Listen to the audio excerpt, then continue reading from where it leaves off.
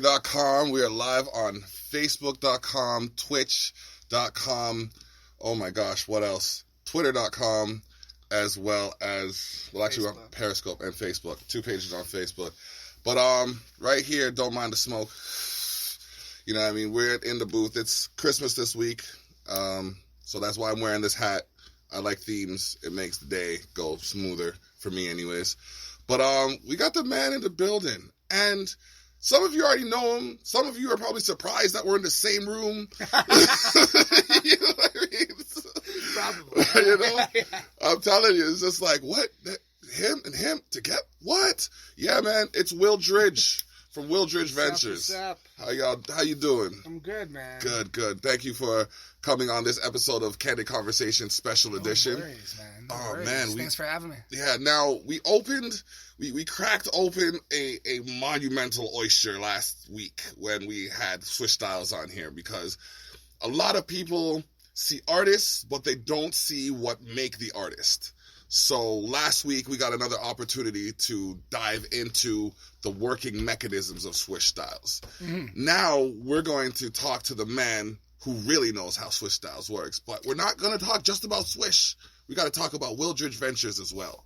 So I got to jump on here now because I got some questions on here that, that I've been writing down over the past couple of weeks, just trying to make sure I got this. So, got a whole list. A whole list, bro. So, jeez, all right. Okay, all right. So I gotta turn it this way. The mic can still hear you, but I want them to be a little bit of a surprise. So, all right. We'll start. When did Will Dridge begin? What was the birth of Will Dridge, the artist, the man, the businessman, the entrepreneur? So Will Dridge, that's going back. Yeah, man, we gotta know the history, because you can't. So I started really doing music stuff back, like when I was like 12. Man, I started writing poetry. My dad was in classic rock bands at the time, and they couldn't write a song to save their life. Oh, shoot. So I started writing poetry, and then we would sit down and turn it into whatever they could turn it into at the time, and then that led into hip hop around 13. Started producing, started making music under the name Ence at that point. Ence? E-N-C-E, Ence. Ence, okay. Really stupid story how I got that name, but it was Ence. Okay, that's a very unique name. Okay. We'll come back to that if you want to, but yeah, so. No, so Nietzsche had been popular at the time. Nietzsche clothing. Yes, I remember. Okay. So me and my buddy, my my day one buddy, we were at his house, we were smoking weed, we were trying to figure out how to pronounce this. Is it Nietzsche? Is it NYC? Is it Ence? I thought it was Ence. Okay. He thought it was NYC. Okay. And at that point, you could go to pronunciation on the internet, and it would tell you the name of companies. Okay. And that was when we found that it was a Nietzsche. Okay. And they all just they're like, bro, there's a Y in there. Where'd you get Ence from? And it just kind of became my name, and then I just used that. I used that for a little while. And then, I started making music, started producing, did all the cool stuff I did as an artist, and then transitioned into management. Okay, so what is, I guess, the crux of your focus then, where it comes to your aspirations? Because you do make music, you do graphic design, you do, work with artist management. Mm-hmm. I mean, so what is your, I guess, what's the crux of it, and what's the driving force behind that? I mean, just to do things that most people struggle with, and to be able to help them and show them that they can, achieve whatever it is they're trying to achieve. Like when I started to venture out of music, which I did a couple of times before the album, the HMV album and all that, I was running a nightclub in Hess Village. I was the promoter for everything there. Hess Village in Hamilton, right? In Hamilton, yeah. Okay. And I really wanted to do that to be able to have an outlet to put artists that couldn't afford the crazy buy-on prices to get them to be able to be like, hey, like, I'm not going to charge you. Just bring, 5 people, 10 people. And then I did everything I did with the album. It did the HMV. It got the numbers it needed. It got me to the point where I was broke because I had spent everything on it. But I had achieved more than I had thought I would have achieved. And I had a lot of people in my circle that were like, man, like, you're really good at being an artist. Yeah. But you have something special with the business knowledge of how the industry works and how to brand things and how to get people to pay attention. So someone saw it in you as you're doing. 5 people. That, okay. So is that what sparked your career change? Yeah, it was like really close friends, some people that are doing music and other businesses on a whole nother level and different conversations over like an 8-month period. And everybody was like, man, like you should manage. Like, don't give up being a rapper, but you need to be a manager because you have the ability to pick things up that a lot of these artists don't have. And with that driving force behind them, like you could do some really crazy things. And it took me a while to, I guess, really accept the fact that if I was gonna do it, I had to 180 it. I couldn't be a rapper and be a manager because nobody wants their manager to be an artist. Nobody wants like, you're gonna be my manager, but you're a rapper. Are you really doing everything you can for me, or are you keeping some of that for yourself? That's deep. That's deep. And I just had this conversation with another man the other day, so it's funny. It was really like, am I gonna pack away the rapper aspect and really just push management? Okay. It took me a while to get to the point where I was comfortable with the idea of not being an artist anymore. It took me a little while. Because that was like 12 years old, rapping in a mirror in my house, dreaming of crowds, and then achieving those crowds and seeing what I was able to accomplish. And then it's like, man, I'm just going to walk away to help other. But you saw it, you achieved it. So was it that bad to walk away from it? And would you really be walking away from it if you're helping someone else get to it? It's a good question, man. You know what I mean? So yes, it's walking away in the sense that you perform. You know the feeling of getting off that stage and everybody's running up and handshakes and high fives and that's dope. Sign this. Yeah. You don't, like, even now when I do the hype for Swish Styles. Yeah. I don't get that. It's all him.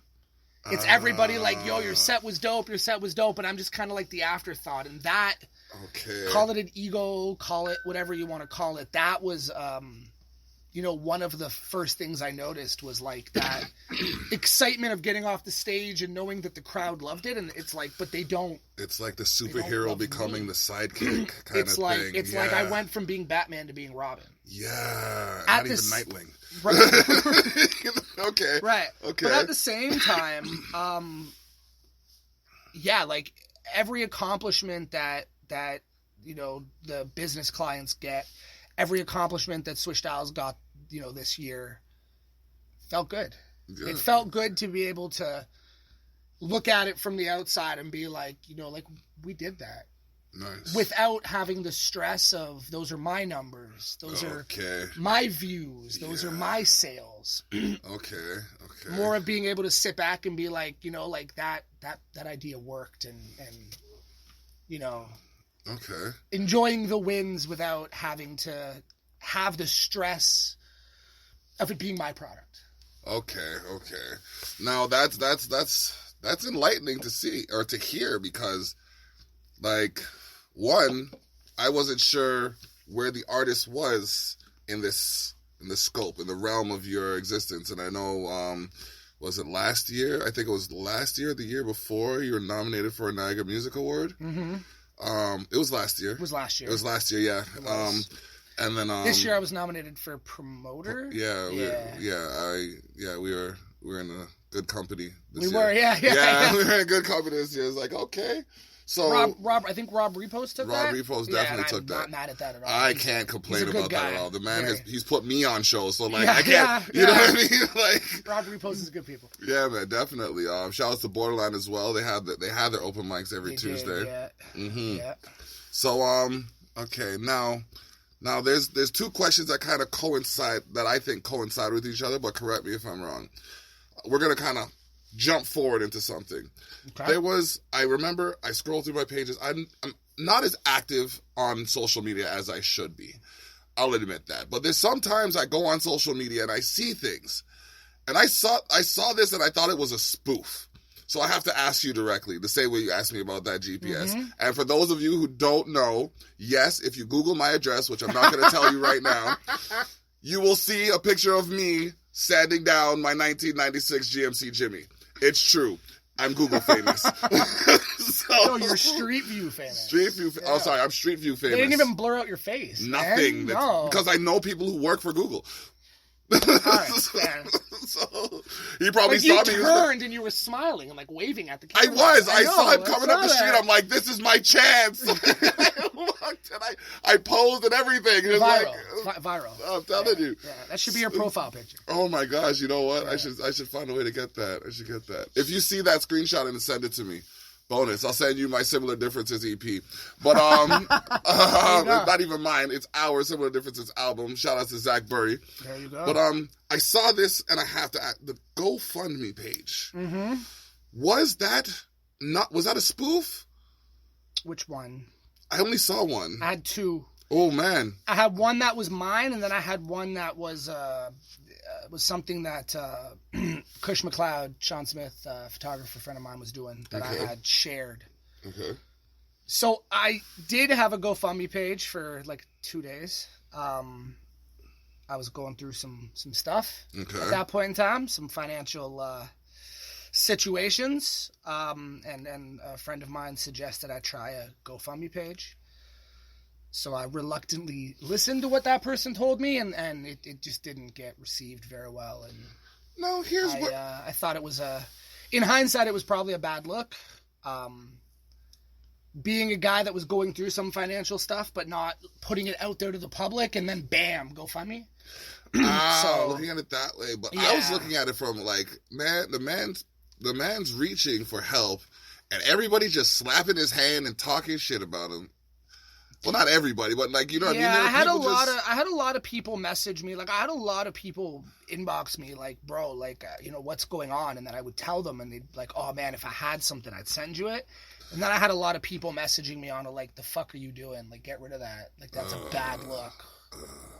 It wasn't from perspective. It wasn't it was a shock to me because I had seen every time I had seen you, and you conduct yourself in a way that if you don't ask, you don't know that there's a problem. Right. So I'm like, okay, this is surprising. I just saw him at the club. You know what I mean? We was just politicking. So like, how did this not come up? You know what I mean? We were in the same beer for the whole show. I couldn't afford to buy a second one. Yeah. Oh man, see, and that's something that people don't realize is like, I remember times where I was down to my last quarter tank of gas and I had to go half a tank's drive, and you know what I mean? People are jumping in the car like, yeah, let's go, and I'm just like, okay, you're gonna throw some dough? No, all right, because I own the car, I got to pay for that too, right? All right, cool. Yeah. Putt. What you know? You got to push. I'll take you there, but you're pushing. Yeah. No, and then I shared it was a GoFundMe. He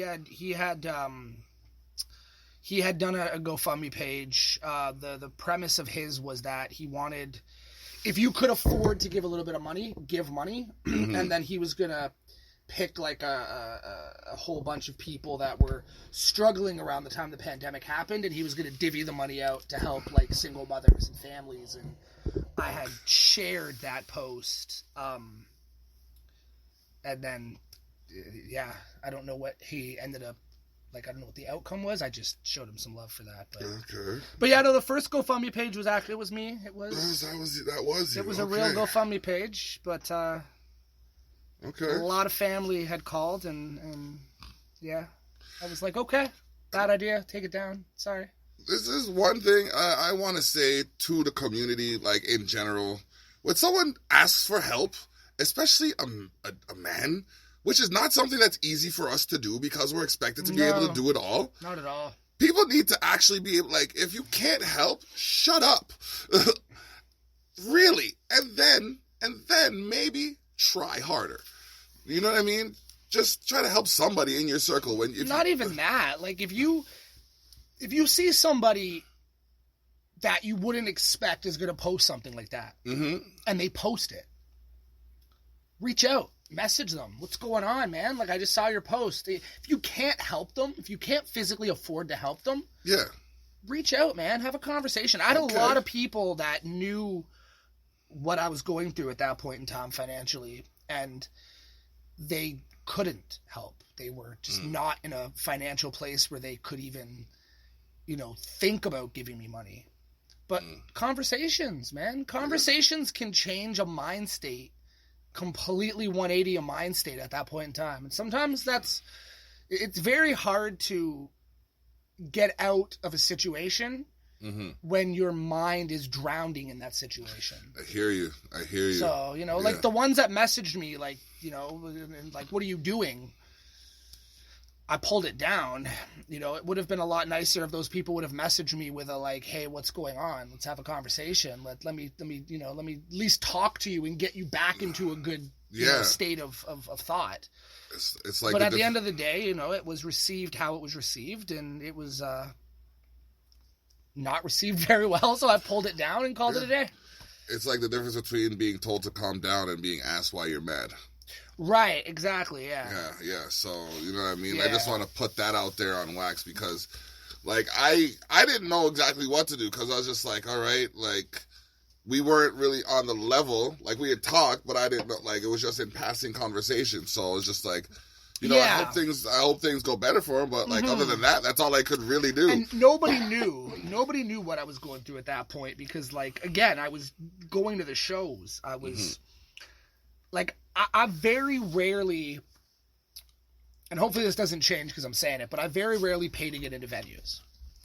I very rarely go into a venue and pay for every single drink. So I'm going to shows. There's people there that know me. They're buying me a drink. I'm getting in for free. I'm dressing the part. I'm fitting in. Meanwhile, I'm negative X amount of money in my bank account, and everybody thinks everything's all handshakes and high fives, when in reality, I'm escaping for that one moment and then going back to my own problems behind the scenes. Okay. Side note, man's outfit is fresh. He's got the black on white kicks with the white hat and the black suit. You know what I mean? My dude, I'm sitting here like I had to throw on it's a good thing I threw this damn shirt on. My dude had me looking a ways on my own show. That's what happens when you get a little bit back on your feet. You know what I mean? You gotta stick. I tell a lot of people this. There's 7 billion people in the world to tell you can't do it. You gotta be one of the people to tell yourself you can't. Right. Straight up. Overcome the obstacles. But, so I mean, the GoFundMe was real. I was in a really bad place. Me and my wife were fostering at the time. And then our house was deemed too small, and it was within a matter of like a week. Done. Kids are gone. And how long? Almost a year. Ooh. And then a phone call, which I posted that on Facebook, so people knew I was fostering at the time. So phone call on a Wednesday. Yeah. Your house didn't pass the final inspection. It's not big enough, which, I mean, there was 10 people in my house at the time. Oh, okay. And it's a 4-bedroom, like, bungalow, I guess, like a basement and then the upstairs. Yeah, that's a bungalow. Yeah. So just Wednesday afternoon, hey, the house is not big enough. You didn't pass final approval. We're coming Monday morning. Done. Ooh. Say bye, do whatever. Then I'm thinking about the kids with that process. No, not at all. So when that happened, that income source, because there was 4 children living in our house at the time that were related to my wife, and they wanted one of us to be a stay-at-home parent, so she left her job and stay at home. Okay. So instantaneously money stops. It's now one income, which isn't enough to support the household. We're in the middle of summer, the worst time to find a job. My wife's shooting out resumes. She's going to interviews. It's the middle of summer. Everyone's like, oh, we're going to be hiring for Christmas rush. We're full right now, but we'll interview you. And that was the beginning of the downfall of not having enough coming in that needs to go out.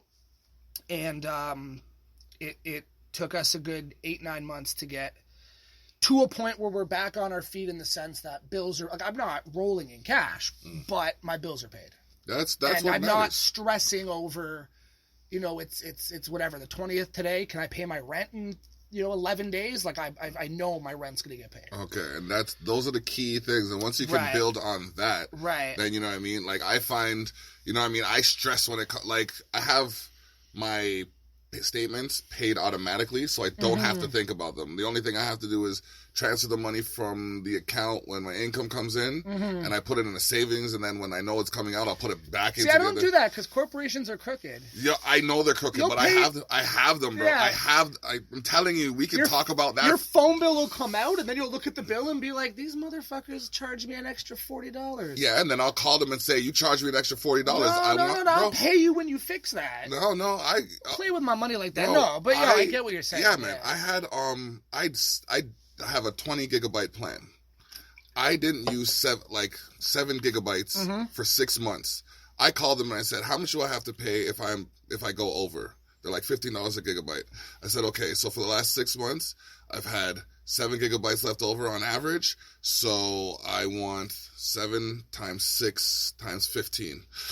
How'd that work out for you? They gave me about a month and a half of my statement off. And my statement's about $100, so it kind of panned out. Yeah. You know what I mean? Shout outs to Fido. Sometimes, and people don't understand this. Like, we're going way off topic right now, but that's cool. If you pay your bill for 6 months straight, with no issues, and then you call them and you're like, "Hey, as long as they can justify, like, loyalty department or retention or whatever the company, as long as that agent," so I worked in cell phones for years, man. I worked at call centers. I worked in retail stores.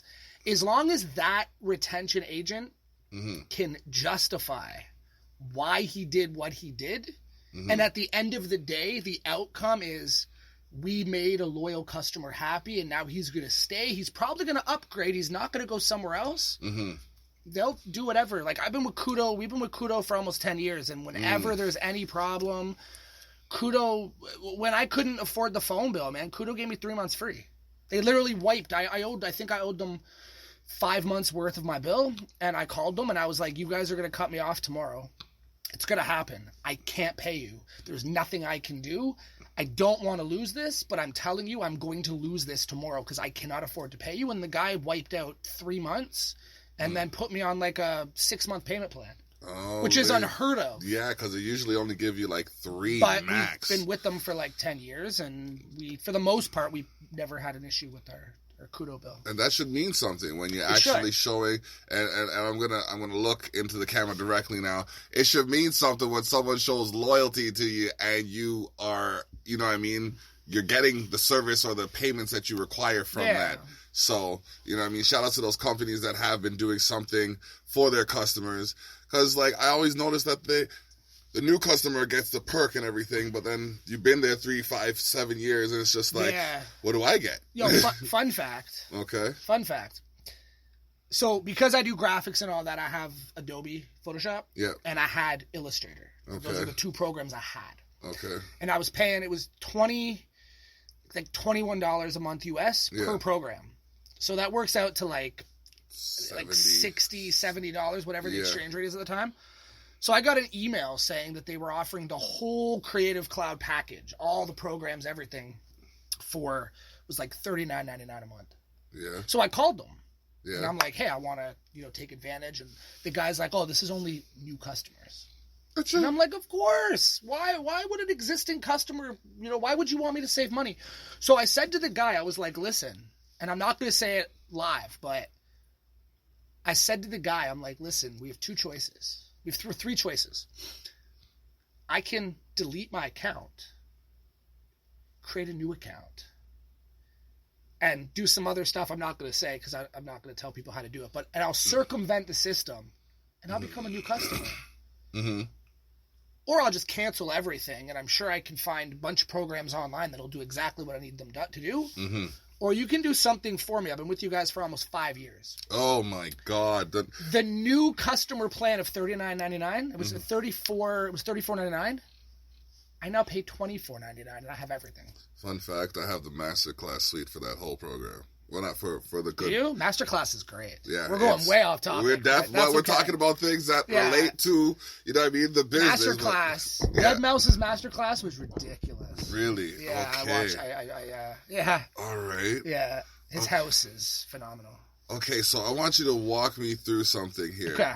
What was going on in your mind when you decided to go dark?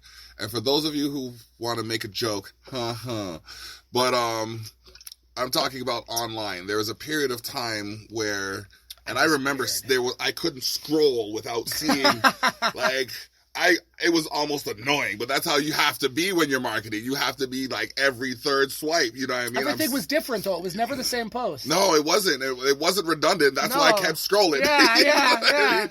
That's what it was the right balance of like, hey, we're doing this, but at the same time, hey, we can help you. And there's a little bit of my personal life here, and then here's a little bit of, here's something you can do. Yeah, so it was. Here's how you do this. Yeah, exactly. And then I disappeared. Yeah, gone for like 2 months. Nothing. No Instagram. No Facebook. Nothing.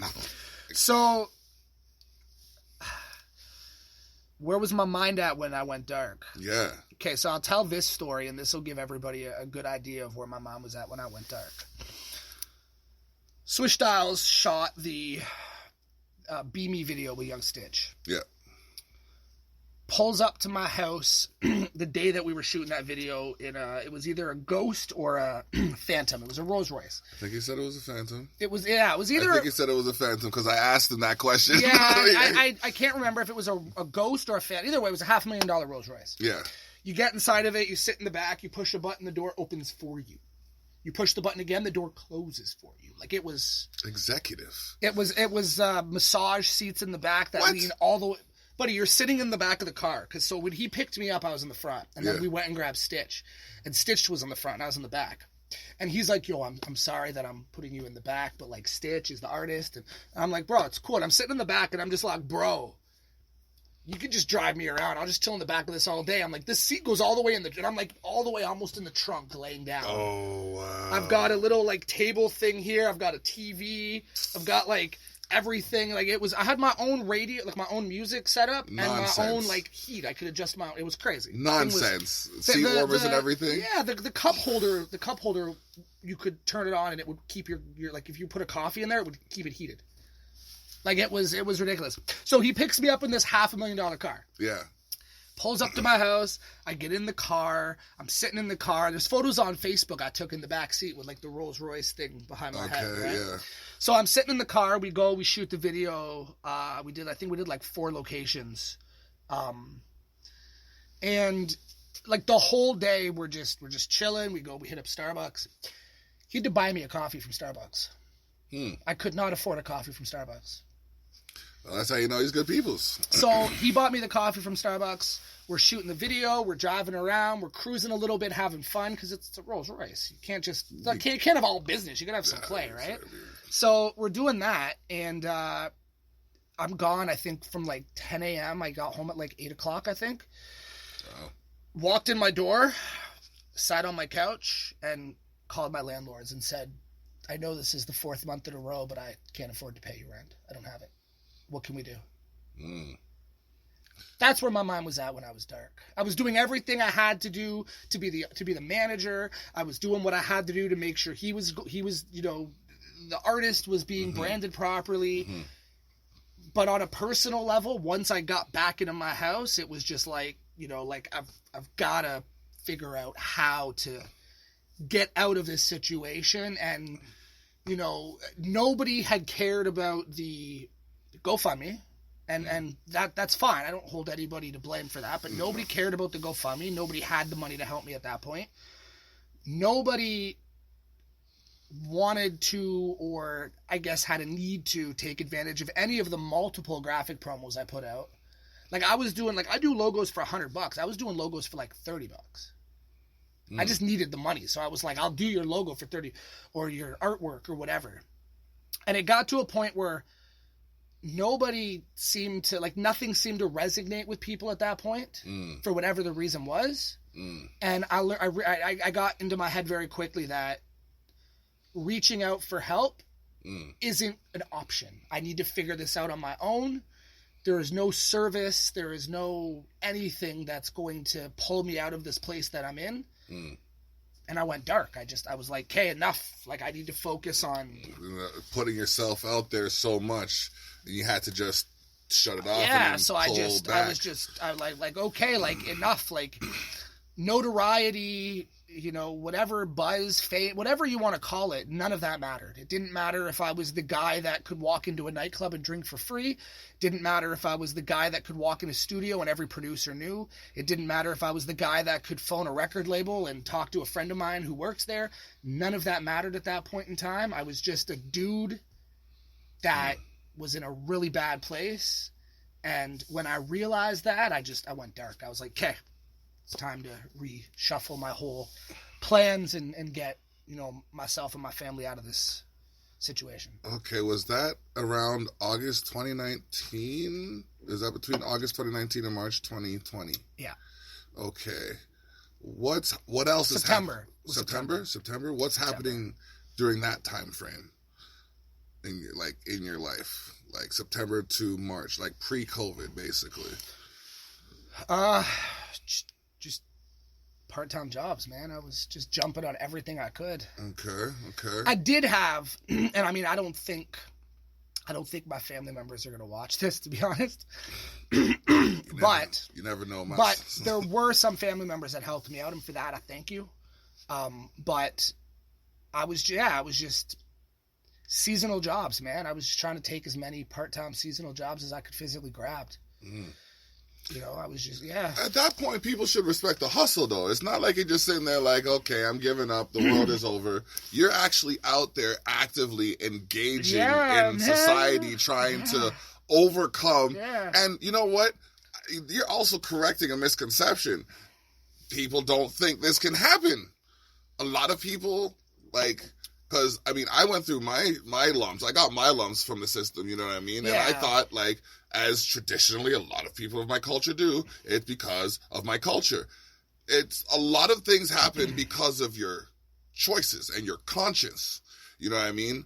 But, hearing these stories now, I now realize, okay, this kind of stuff can happen to somebody else. Mm-hmm. You know what I mean? So it's not just me out there going through this. So what can I do to help people overcome or get past it, kind of thing?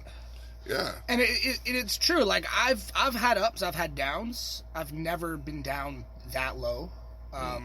It was a time. I never thought that I would be down that low. We were okay. Everything was good. Things were all right. Mm-hmm. But you know, it's funny because it's easy for the people that have an abundance of money to, it's a mind state. Oh, it's this. No, it's literally just you become, human nature is to become complacent. In some form of the word complacency, you will become it, whether it's you buy lunches a couple times a week and then you become so accustomed to going out and buying lunches that you just don't even think, I'm going to bring this with me to eat. You just become so complacent with the idea of... The man's not lying, people. No. Or coffee. That's where, How many people go and get coffee? I got an energy drink here. How many times do I go out in the morning and get... Right. Yeah. So you become complacent where it's I can afford $3. It's whatever. It's $3. And it's every day. It's every day. You come into a little bit of money. You save up a little bit of money. Then you're buying this. And it gets to a point where, especially this time of the year, where you're buying for everybody else, where the spending almost starts to become a habit. And the next thing you know, you're like, damn, I spent that much money. Mm-hmm. I hate tax time. Right. I mean, my situation was a little bit different. We had a bulk of money just stop. And it went from more than enough to take care of everybody and make sure bills were paid. And at the time, I was still running the print shop at the Jump Off. Mm-hmm. So I was making, a good chunk of money there. To now we literally don't have enough to cover everything we need. But even now, like, you know, like, and that's the difference is, you know, if you're in that place now, you will get out. And if you're not in that place now, come up with a plan. Come up with a plan for January. Figure out how and what you can put away and just save, man. Save. It's not how much you make, it's how much you save. Because if you make $1,000 and you spend $800, it's the difference between making $500 and saving $2. You know what I mean? Like, it's crazy. And save a lot. Like, when they say 6 months, I think it's 6 months they say you should have of your expenses put away. Prior to this conversation, I think I heard 3. Okay, well, I'm gonna tell you 6. 3 is not. Three is not enough. No, it's not. It can't be. Dude, we had 2. We had 2 months worth of income of expenses put away when we had that happen. Oh shit! There was enough between what was gonna still come and what was put away. Yeah. There was enough to basically cover us for 2 months. Okay. And it wasn't enough. Man. July and August, and then by September, it was like, okay, well, now what? Like, now we're in trouble. And this is while you're out there with the job and the family. That was the jump off. Yeah, I was doing the jump off. I was there every day. I was making, like, I'm not going to say what I was making, but I was making like a living. It was a living. Okay. And then I went to one part-time job, a Halloween store, and then I went to a jewelry store for seasonal, and then I ended up working for a call center for Facebook. This guy's resume is diesel. He just said a call center for Facebook. Y'all didn't worked at a call center for Facebook. Like, yeah. And then COVID, the lockdown happened, and interesting chain of events conspired that I won't go into full detail on, but an interesting chain of events conspired between, you know... You use some words in ways that I have not heard. Like the conspired and the exploited, and like there's a couple other ones that have just popped up, you know what I mean? And I'm sitting here like... Because I jump on words and like, no, that's not misuse of the word. He's just using it properly. You're using it properly. Yeah. There's not a lot of people that use these words as effectively. I'm letting the education come out that most music guys don't show. Oh man, yeah, because it's like smart music that doesn't coincide. It's like football. Like, yo, what up? Yo, you know what I mean? So like back then, dog, like yeah, man, I'm sitting here talking intelligent. You know what I mean? You know what I'm saying? No, but no, it was just an interesting chain of events between my wife, who worked at a mall at the time, and the mall shut down. Oh, so then in my mind it was like, okay, what do we do? EI. You've worked enough? EI. EI became CERB. That money came in. Okay. And at that point they gave everybody like extra. So they overpaid. Okay. And then they recuperated it later.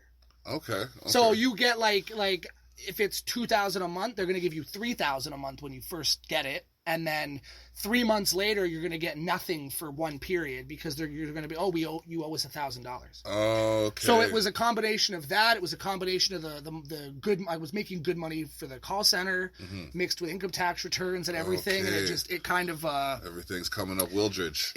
Everything was Millhouse at that point. Yes. Everything was coming back Millhouse, and then and then once that happened, I slowly started to come back on social media while trying to figure out, like, okay, what? Like, I can't have this happen again. Mm-hmm. No. You know, like idiocy is letting the same circle repeat itself. Yeah. And I've had the circle repeat itself a couple times. Never quite as bad as that dark period was. So now it's like, okay, what do we do? Because there's a misconception within you know, like the culture is that people always like, you don't really hear people saying I want the fortune. People are like, I want the fame. I want to be that guy that everybody knows because that brings the money. No, man, I can go to... A lot of people know me. I know a lot of people. I know a lot of people, and... Shit. It did nothing for my bank account when Between the two of us, we could probably put on a hip-hop festival. Hint, hint, wink, wink, nudge, nudge. We probably could, man. You know what I mean? But, like... So, it was just a combination of a bunch of things that happened at the right time, and just being smart and really making sure that you understood, like I have a lot of friends that did the CERB through the CRA. Okay. And they weren't eligible, and now they have to pay it back.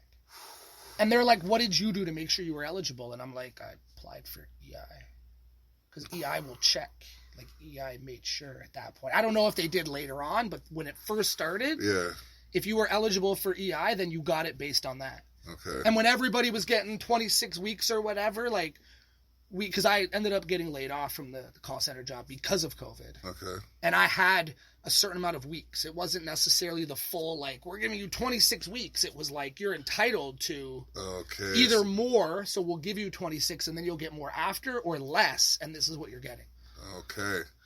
So it changed my whole mind state on like, everything. It became to the point where it's like, like, do I really need this? Is this needed? Do I need this? And if I don't need it, do I want it? What's the value in it? Is it worth it to me? Like this tracksuit, I got this tracksuit for half price.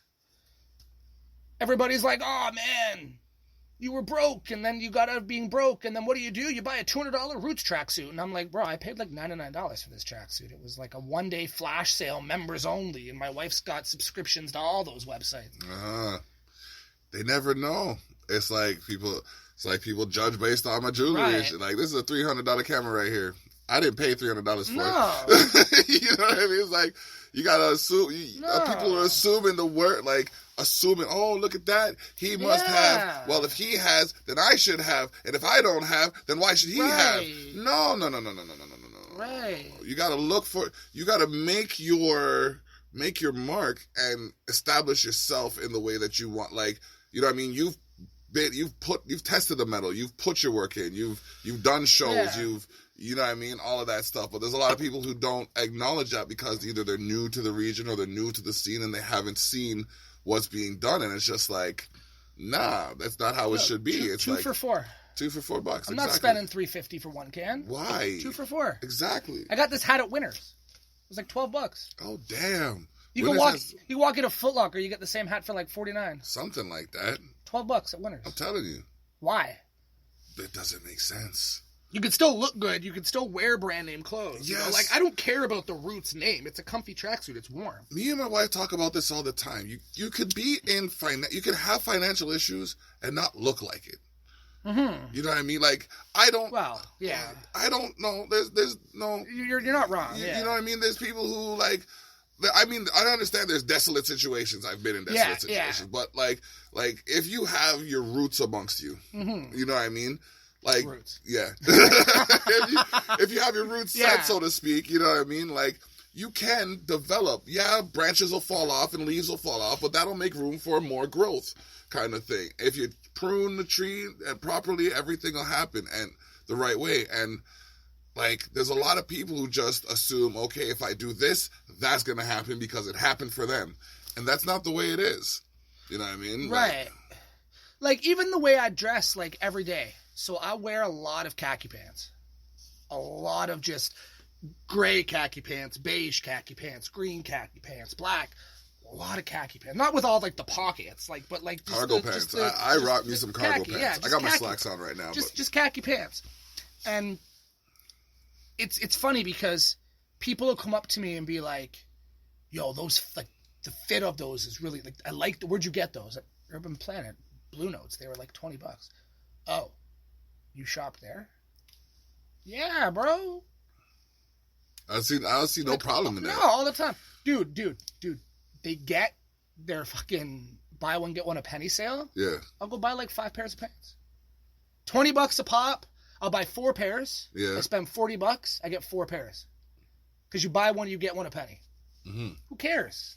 Khaki pants. Yeah. Who cares? Yeah, they're versatile. You throw on a nice pair of shoes, you throw on a nice pair of Timbs, a nice t-shirt. Yeah, golf shirt even. And I'm wearing a Swish Styles t-shirt under this. Swish Styles, shout out. I am, actually. I'm not even lying. Look, I'll show everybody. Look. There you go. Bam. You can get it at swishstyles.com. Yeah.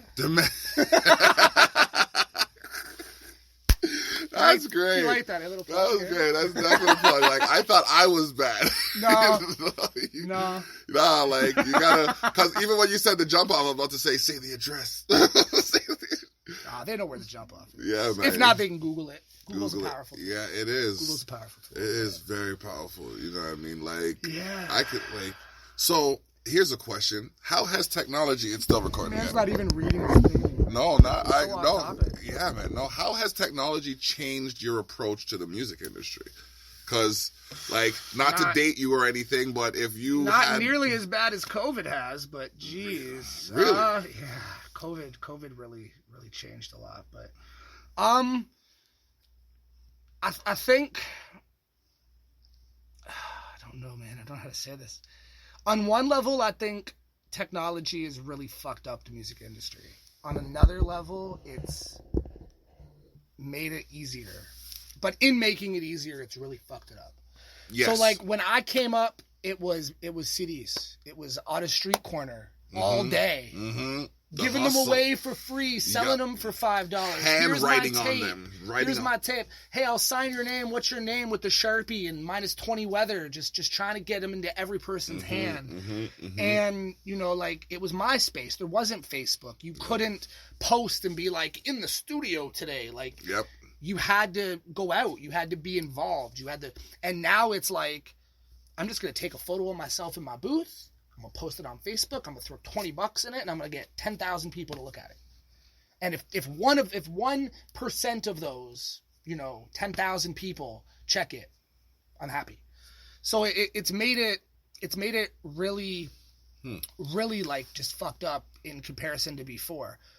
With that said, what technology has allowed for, the negative is like, everybody can do this now. Yeah. You buy a laptop, you get the programs, you can get Reason. So when I produced, and I still have the program, I used Reason.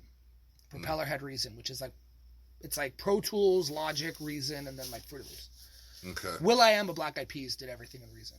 Okay. It's like a serious program. So you can record in it, you produce in it. So like when I did Itty Bitty, which is what I was nominated for last year, I recorded that in Reason, produced the beat in Reason, and then sent it off to Swish Styles, producer and engineer Thomas Al, shout him out. And then he kind of went with it and made it a little different than what I had in it.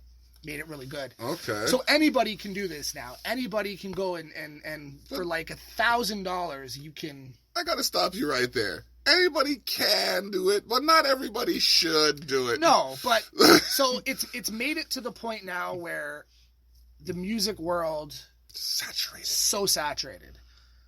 On the flip side, because of that, there's no more going to a label with a demo.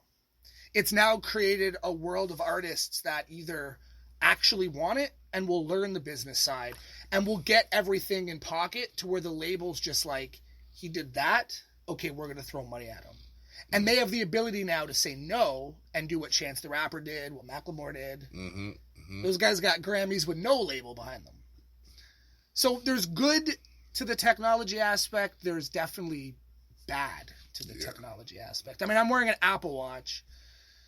Technology is, you got the same, I got the Samsung watch. Technology is like ping, ping, like, oh, my phone's in the other room, but now you're looking at your watch. You're answering calls on it. Like, you know what I mean, I could send messages on this thing. Like, I could handwrite on the face of my watch. Yeah, I can do all that. Yeah, that's crazy. So, I mean, technology has. I think like I was having this conversation with somebody the other day, and they said that they're like, technology fucked the whole industry up, and I'm like, it did. In the sense that, like, nobody's doing 1 million, you know, streams or 1 million sales. Like, nobody will hit those Eminem or those, you know, back in the day Drake numbers anymore because now it's stream. You're not going into, you know, I had an album in HMV. The album hit HMV December of 2016. I got my first residual, I want to say March of 2017. And along with that residual phone call was they're going bankrupt. They'll be done by April. Because everything's streaming. So that's what happened to That's what happened to HMV. They went bankrupt. Okay. They went bankrupt, man, because nobody buys CDs. And then Sunrise took them over, but Sunrise, that place sells everything. Yeah. I'm surprised I'm surprised they don't have like a concession store in the back. They've got everything, but but I mean, you know, so it made it to the point where you have to want it, and you have to either, you know, learn how to do the business side of things and the marketing and the branding and, you know, build the fan base and generally care about your fans, or you need to be able to find somebody that can help you. And that's the one thing that I find super interesting with, you know, with the music scene is like, you know, like, yeah, I'm a music manager and yeah, 15% of nothing is nothing. But like, call me, you know, like, hey, I've got a question. Just, you know, make sure you're not calling me every day with different questions. But like there's still people that I'll like, BPAX, Dylan. Yeah. Me and Dylan will chat. He'll ask me questions. We'll shoot the shit. I'll give him advice. I'll give him feedback. Pluto Han, who, you know, went back to being independent, I'll still give the guy advice and feedback. Okay. You know, I have absolutely no problem with, you know, giving people advice and feedback. You got to pick and choose, you know, like if you see an artist or a client that I'm working with and they're doing something and you're like, yo, how the fuck are they doing that? Call me.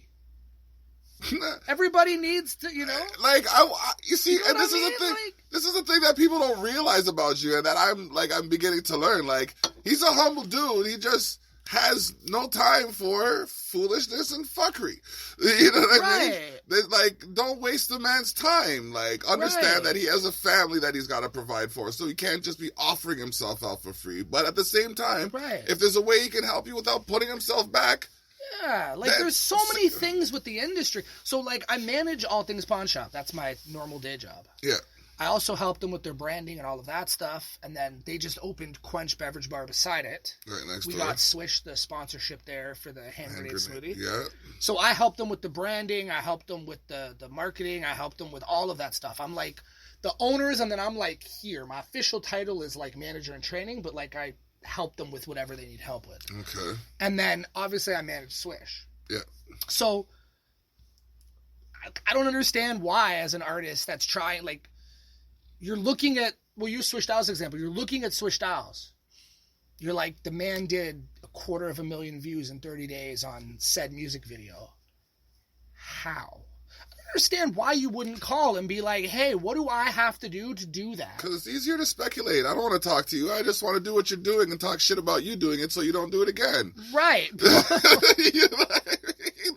You're not supposed to have that kind of success. I don't have it yet. Like, well, and that's the thing is like, you know, like if we're going to bring this city to a point, this region, forget the city. If we're going to bring the Niagara region to a point where we're going to be looked at by the Juno Awards. We're going to be looked at for Canadian Music Week. We're going to be looked at as the next, I don't want to say the next Toronto, but like... The only Niagara. Yeah, like, you know, like Toronto is where Toronto is because Drake put them on.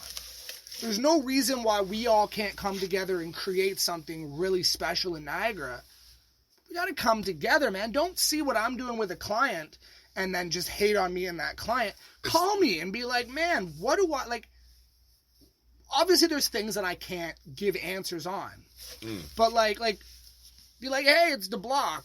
You know, I just saw that you guys did 300,000 views in a month. What can I do to achieve that? And I'm going to be like, cool. Do you have this much money you can throw out? Can you create? Do you understand how to run an ad? Can you do this? Can you do that? Does your Instagram branding match your website's branding? Are the color schemes the same? If I Google your name, am I going to find everything? Or do I got to go to Block Online? Maybe this is the case, and if it is, I'm sorry. But am I going to go to not entirely the case. If you Google me, you'll find me more often than not. Like, if you Google the Terrell Effect with a hashtag, you'll find it. There's perfect. The website is probably my It's one thing that has aggravated my soul for the last 5 years. We'll talk. I do everything with Wix, and I'm like a Wix expert, which is a Wixpert. It's a cool title for I really know how to drag and drop. what it is. It's like, but regardless, sore spot for me.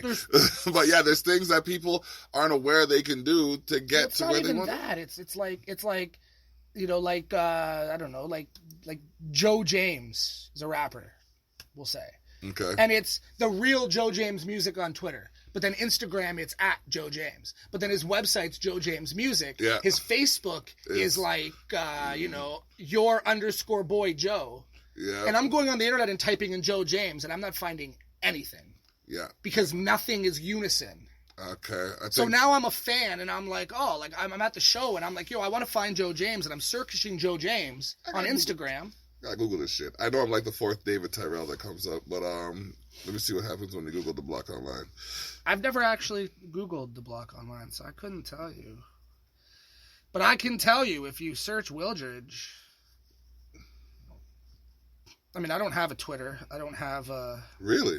No, I got rid of Twitter a long time ago, man. Twitter never benefited me in any way. I never saw a benefit to it, like personally. Like same with TikTok. I had a TikTok for like a couple weeks, and I'm like, man, I don't have the time to post these creative things. Swish Dials just got a TikTok. I do a TikTok. But yeah, so Wildridge. So music, website's there, songs, profiles, video. Like the whole first page is me. That's what pulls up when you Google the block online. I gotta complete my profile. But that takes like 5 minutes. The rest of that stuff, that's me. Oh, you're closed today. Yeah. Oh, okay. I opened just for you, bro. Fair. But fair. Yeah. So I have taken some pointers from conversations that we've had before, because anybody who thinks they knows it all is a true fool. And no, I don't even know it all, man. There's a lot. There's things that I'm still like seeing, and I'm just like, damn, I never thought of like. I'm gonna try that, or like I never thought you were that open to conversation personally. Yeah, you know what I mean? But then again, I've only ever seen you at a venue. Yo, fun fact. So, do I have the picture still? I should. So Eminem dropped that "Murder to Be Music" by "Music to Be Murdered" by B-side, right? Yeah. Okay. So I have forms. If an artist is being featured on a song and we're not sure if the song is going to be released, when the song does get released, there's things we send to the featured artists. Yeah. But mine doesn't look as good as the one they posted to confirm that the album was coming out. So I literally screenshotted that because I was like, that layout is way better than mine. I'm always learning. That's dope. So that was on his, Twitter, but this was, somebody shared it on Facebook, and I was like, that release confirmation letter looks way better than the one I'm using. So I screenshotted that, like, hey, maybe I should take a page from what, Shady Aftermath's doing. It's not like they're not successful at what they're doing, too. Nah, it's not like their lawyers don't know what they're doing. Nah. Not that I'm copying what they're doing, but I'm like, that's a much better layout than mine. You can't expect not to have influence when you're, you know what I mean, when you're at that magnitude. Right. So, all right. Oh man, I have a producer coming through just now. This is going to be interesting. Yeah. So, oh man, I think I've gotten wait, hold on. Let me see if there's anything that I didn't ask, because we kind of went off topic a little bit, but that's what I'm going to ask you, because this is something we've talked about. Like, what's your secret sauce? That was a viewer question.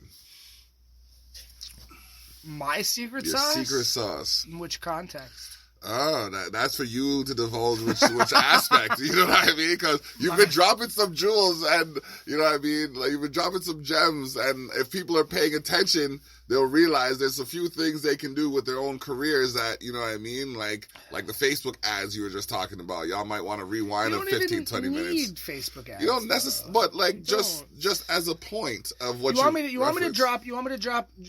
Okay, so secret sauce. Secret sauce. Okay. Secret sauce.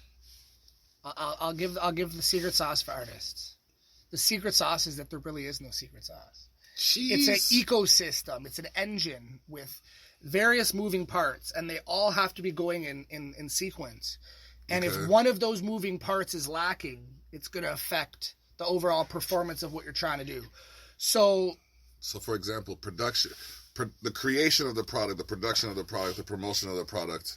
So if you're sending me production of a product, if you're sending me a song, yeah, and that song just sounds like every other fucking song on the radio, there's no meaning to it, there's no emotion to it, there's no rhyme or reason why you made this song except because you heard DaBaby and you're like, I'm gonna try to do what he does. The listener, and myself included, there's no emotional grasp to that song. It's just cool. It sounds like I'm a Factor jury member, man. I just reviewed Grants the other day, and a lot of these guys are doing what,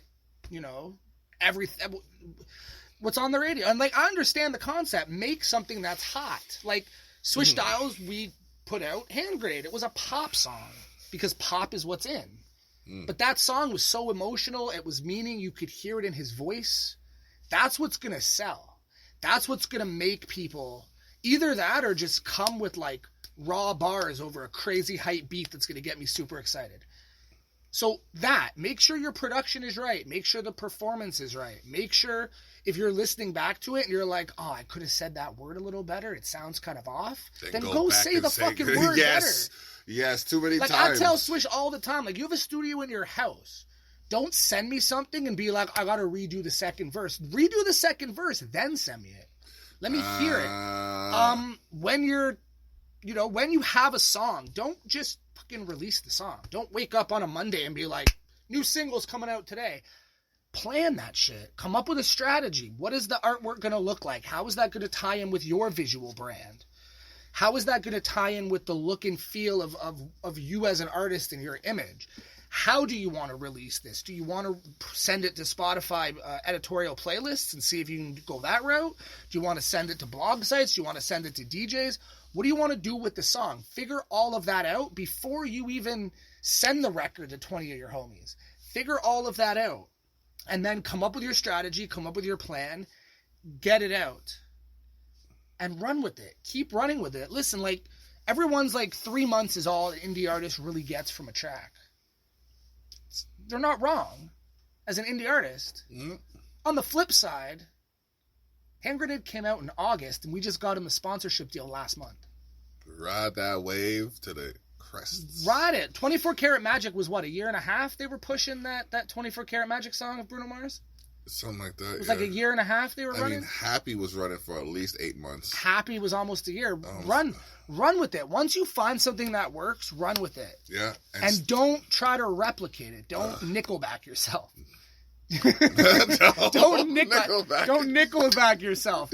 They do sound a lot the same on because they found their formula that worked, and then they were like, we're gonna write 40 songs that all sound like You Remind Me. Or whatever it was. This Hero, is how you remind me, or whatever. Picture. Hero, this is, picture. Yeah. So, I mean, another thing. I really am. Yeah. It's gonna be stuck in my head now. Shows. When you're doing shows, network, man. Talk to people. Get around that circle. Have your business cards. Have a CD or USB or no. Don't even do business cards. Not a business card? No, man. Really? One out of every 10 business cards gets kept. 9 out of 10 get thrown out. Use your phone and put the number directly in there. No, man, do this. I know what I'm about to do as soon as this damn delivery comes in, but I gotta wait. What are you getting? I got this item coming in that will kind of create, will send the signal to the phone right away. So QR code on your phone. Yeah.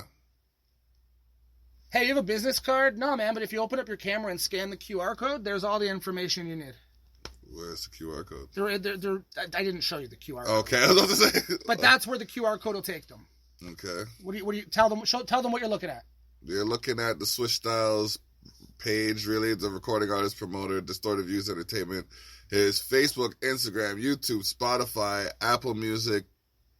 That's Tidal and Deezer. Yeah, Tidal and Deezer. Yeah, link right to his website, management information. Yeah, phone number and email address with a QR code. Yeah, something like that. It's something like that. Because what's gonna happen? What's gonna happen then? I'm gonna leave the club. I'm gonna go home. I'm gonna go on the internet for something and be like, oh yeah, that was the dude that was performing that I liked. Yo, let's go to his Instagram. Let's follow him. Where's your business card going to end up? You want to be honest? Where your business card's going to end up? I don't know. It's going to end up in my wife's purse, and when she cleans that out at the end of the month, it's going to go in the garbage, because she's going to be like, you want this card from so-and-so? And I'm going to be like... I still keep cards, so... Some people still do, keep man. cards, and some people do. Like with this latest card that I have my QR code on it, so... So, Some people do.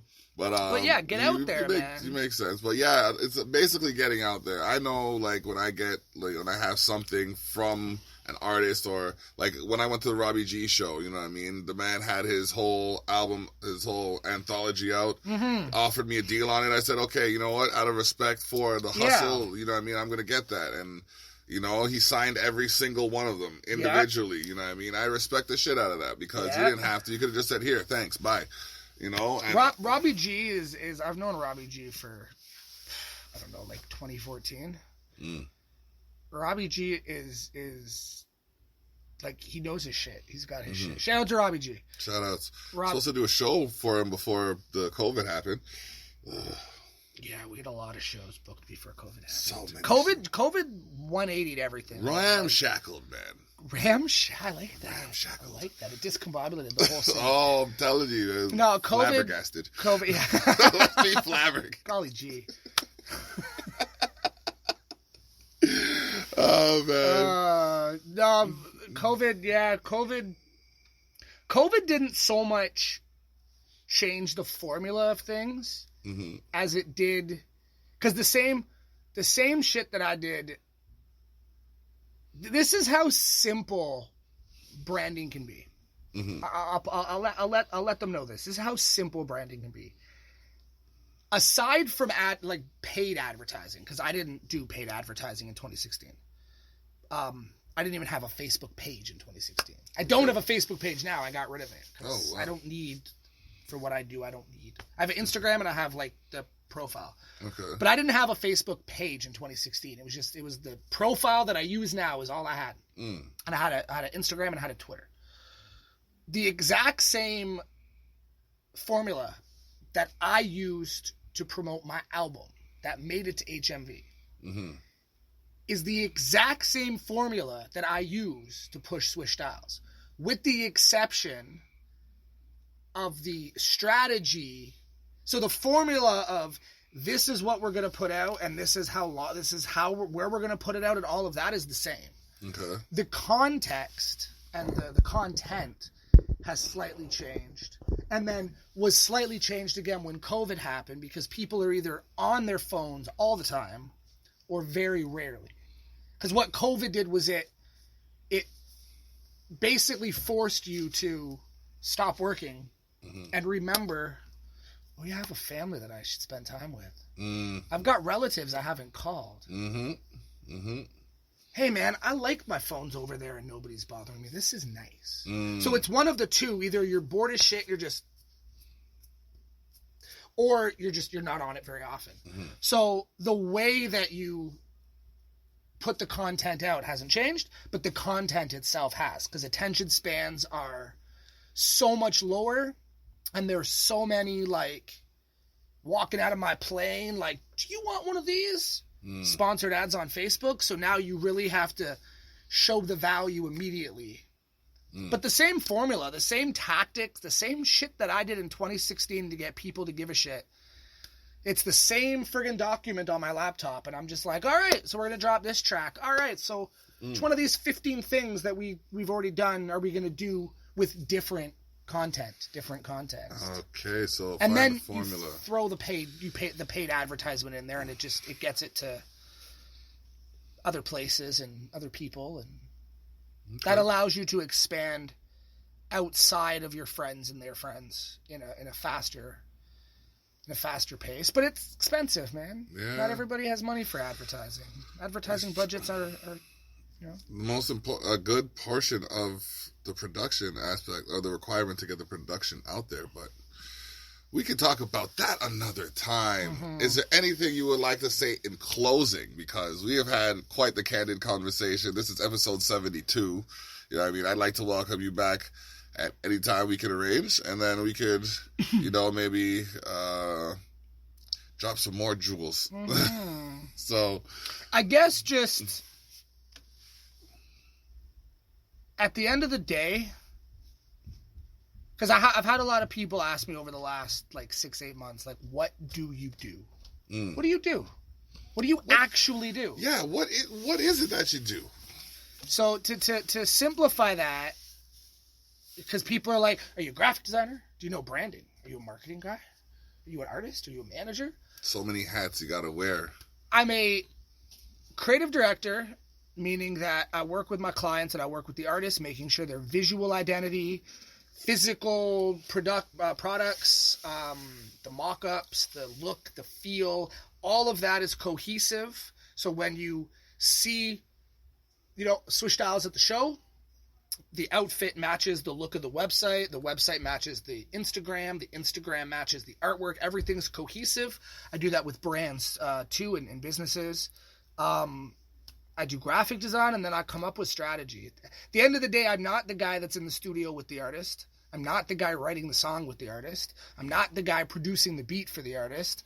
I'm not the guy, I'm not the brain that's coming up with the lyrics.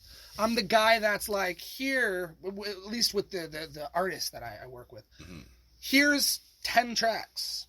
And then, this one's dope. This one's meh. This one's maybe good enough to release as a single. This one for sure is just a throwaway.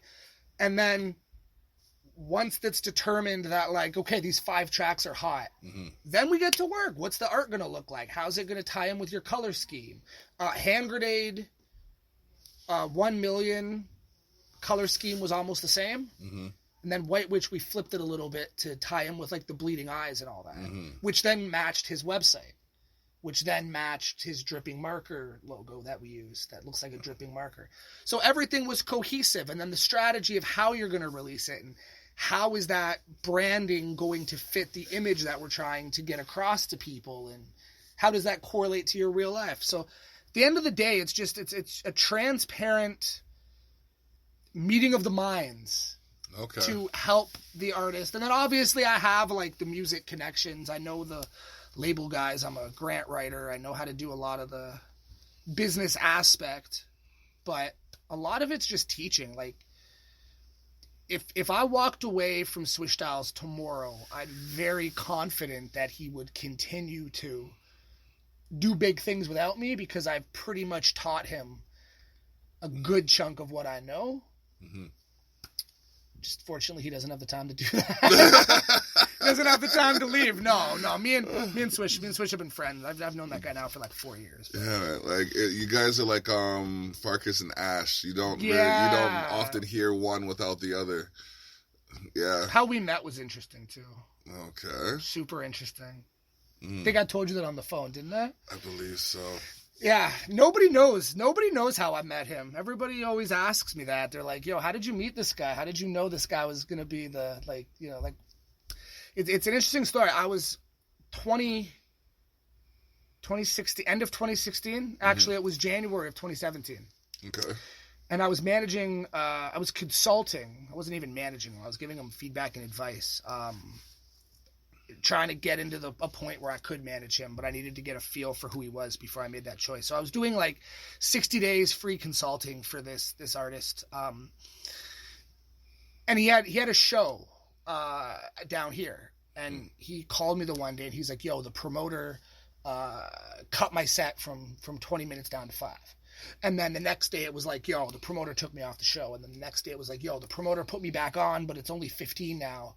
And then like a week later, he's like, oh, I went from this time frame down to this time frame. And it was like 2 weeks of like, every time he talked to me, it was this promoter's doing this promoter's doing this promoter. So I got to the point where I was just like, yo, who the fuck is the promoter?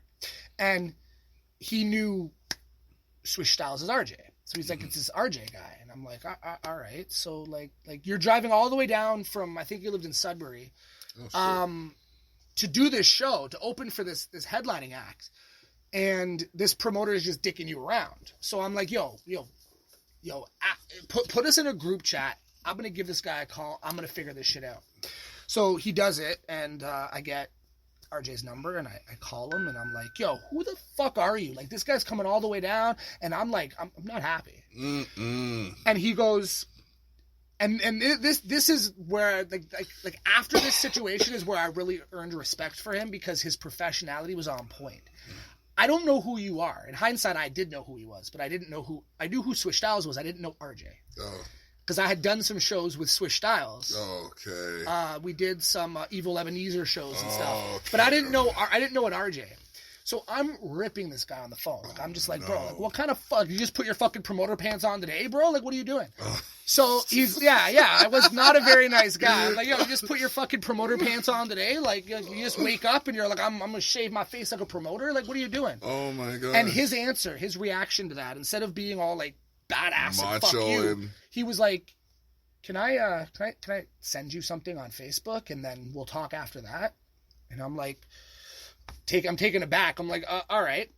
He sends me screenshots of his conversation with that artist, where he's messaging that artist. It was a Cryptic Wisdom show. And he's messaging the artist saying, yo, sorry to do this, but Cryptic needs to be on stage by 9. He needs to be off stage by 10. He needs to be back at the hotel in the Falls by 10:45. So I've got to cut you down. I've got to do this. And then my artist never replies. And then he's like, hey, man, I managed to pull some strings. I'm going to try to push you back here. And what I'm reading is a promoter trying to bend over backwards for him because he's coming all the way from Sudbury. And the artist just not even acknowledging the message and then calling me and telling me a different story. So I called the artist and I was like, bro, I saw all the communication. I'm like, you're a fucking idiot. You just made me look like a fucking moron to some dude I don't even know. And now I've got to figure out how to make that right because I'm new to Niagara.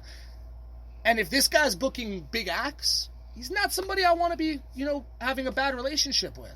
Mm-hmm. So I wrote that artist off. I was like, bro, don't fucking call me. Like, fuck yourself. You're a fucking idiot. And I called him back and I was like, man, I'm doing this Dreams Do Come True tour for my album. Mm-hmm. And I'd love to have you be part of it. And he's like, as a performer or as a promoter? And I was like, what do you perform? And he started laughing. And he goes, yo, you have no idea who I am, do you? And I'm like, no. And he's like, Swish Styles. Oh, shit. And I'm just like, bro, we performed like a month ago at Evil Ebenezer. I'm like, yo, so we squared it up. I brought him on the tour. He was like my special guest. Yeah.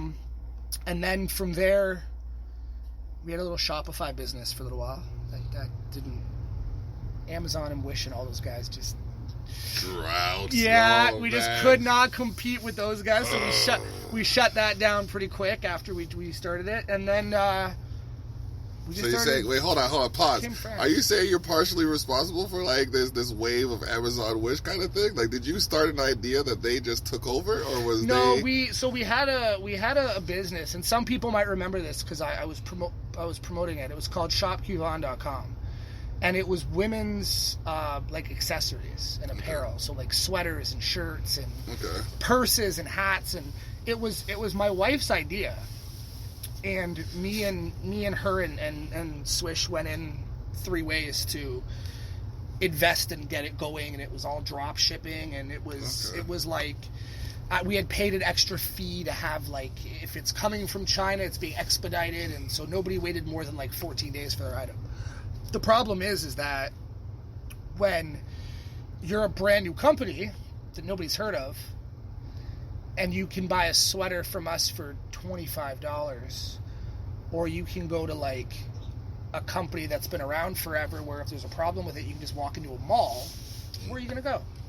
Yeah, I like to support mom and pop shops, but I usually go to the mall until I found somewhere where I could get my clothes branded. So it got to a point where we had put a little bit in, not like a huge crazy amount, like we didn't go in debt for it, but we had put a little bit of money in, and it got to a point where it was like, as I'm running all the numbers, and I had like I had the creepy, whatever that program's called, where it videos, like when somebody goes to the website, it videos what they're doing. Oh, okay. It doesn't show you names or credit card numbers, but it shows like they were on this page, and this is where they went, and this is what they added to their card, and this is how far they got, and it's all companies use it. Wow. That's why privacy policies are important. But it got to a point where I realized that we would have to put like probably like $5 to $10K in to get everything just perfectly situated to where people were comfortable using it. We shut that down, and then shortly after that, we I sent him a song called Love Hate for his opinion. And the next thing I knew, I had removed my second verse, and we were in the studio, and that was a feature. And then around 2018, when he was dealing with some of the stuff he was dealing with, he got to a point where he was just like, I need somebody that knows the business end of the music thing, and it's not fun anymore. It's too business now. I just want to go back to making music and having fun. And I said, well, what if I stop making music and I just manage you? And he's like, I don't want you to give up on you. And I'm like, bro, I've done some cool shit. The album that I dropped did more than I ever intended on it doing. It was supposed to be my last album, something where when my daughter gets older and says, Daddy, I want to be an astronaut, I can be like, I want to be a famous musician. Here's what I made. And instead, it made it to HMV, and I got a lot of cool shit out of that. So I was like, buddy, I'll drop everything and just manage you. So... And it's been a noble decision. 4 years that I've known him now. Wow. Yeah. Maybe I should have you guys on the show together now. Yo, I don't know if they're ready for that. We're wild, man. We're wild. We'll see how that goes, because I like the idea, because, seeing the two of you in different settings and then, two of you together, that's a whole different ballgame. So, let's talk about that. I'll talk to his management. Yeah. I'll reach out to his management. Have his people call my people. His people are right here. Oh, my people's upstairs. Are they? Yeah. My wife, she does my management. Does she? Yeah? Yeah. She's the one who's been hooking me up with some of these shows and stuff like that, get me connected with some of these people. A lot of the work she's done online, I credit to the nomination, because nothing goes online in Niagara without her sharing it. So yeah. Yo, shout out to the Lunds. They've been trying to get me and you to work together for quite some time. So shout out to Ryan and Jill. Shout out to Ryan and Jill. They're getting their wish right now. Yeah, man. Because there was a period where we had a miscommunication. Yeah, man. Yeah. That was people talking out of place. I thought me and Swish thought something about you, and you had thought something about us, and none of it was actually true. None of it. Yeah, and I was just took some investigation and some conversation to really. Because I'm hearing from people that I'm working with on this side, they're saying this, and then apparently you're hearing from people on your side that I was saying that. I'm just like. And then when we actually talk face to face, it's just okay, well, I heard. Yeah, well, it's funny because I heard, and then we realized no one heard anything directly from us. It was just okay, cool. Well, after the whole, and I know Swish brought this up on his, but after the whole 12-mile fuck Niagara Choom Gang thing was squashed, after I was able to get that, at least to get both parties to talk about it. And shout out to Jarrell for getting his hair braided that day at the jump off, because that sparked the whole thing. But after that, I kind of sitting in my house, and I remember I was sitting on my couch, and I said to my wife, I said the whole Choom Gang Swish Styles fuck Niagara situation from that show is it's going to be all taken care of. They're going to talk at the Niagara Music Awards. And she was like, yeah. And I was like, yeah. And I'm like, yo, I think I'm going to call the block, and I think I'm going to call Dalton, and I'm just going to make sure everybody's on the same page. And she just kind of looked at me, and she was like, okay. Okay. And then after meeting you, when we had our first actual conversation at the Music Awards, I realized, and I said to him that night, I was like, because what was happening doesn't matter, but what was happening, we were being told was you. Was a fake profile on Facebook, and every time Swish would drop something or do something, somebody would be like, oh, isn't this the guy that shitted on the city at a show? And everybody was saying it was you to us. And, and I don't know why people were saying that. So my impression was well, if 5 people are telling me it's the block that's doing this because he's butthurt, then it must be. And then I called you and we had that conversation, and I was like, there's no fucking way it's this guy. Like, this is not his demeanor. This is not the way he carries himself. This is not his style. Like, either he's really, really, really good at coming off as something different, or there's no way it was him. And then after we spoke at the music awards, I was like, there's no fucking way this is DeBlock. It's not even possible.